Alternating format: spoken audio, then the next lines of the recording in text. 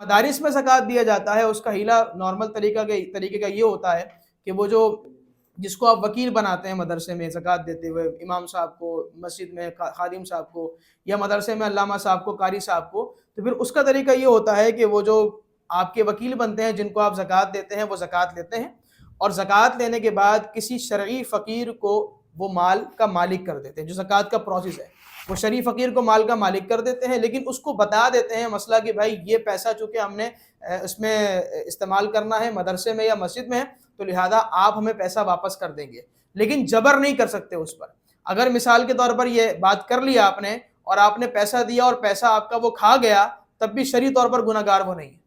کیونکہ آپ نے فقیر کو مالک کر دیا، اب وہ مالک بن گیا، مالک جو چاہے کرے۔ ٹھیک ہے جی، تو طریقہ یہ ہوتا ہے نارملی کہ کسی ایک فقیر کو بتا دیتے ہیں مسئلہ، اور اس پر جبر نہیں کرتے بلکہ اس کا اختیاری ہوتا ہے، اور اس کے بعد لیکن وہ اعتماد والا بندہ ہوتا ہے۔ آپ کہو گے بھائی کسی کو ہی بنا لیں، پھر تو وہ اعتماد والا بندہ ہوتا ہے، تو اس کو ساری زکوٰۃ کی رقم دے دیتے ہیں اور اس کو بتا دیتے سارا مسئلہ۔ جب زکوٰۃ کی رقم دے دی وہ مالک بن گیا،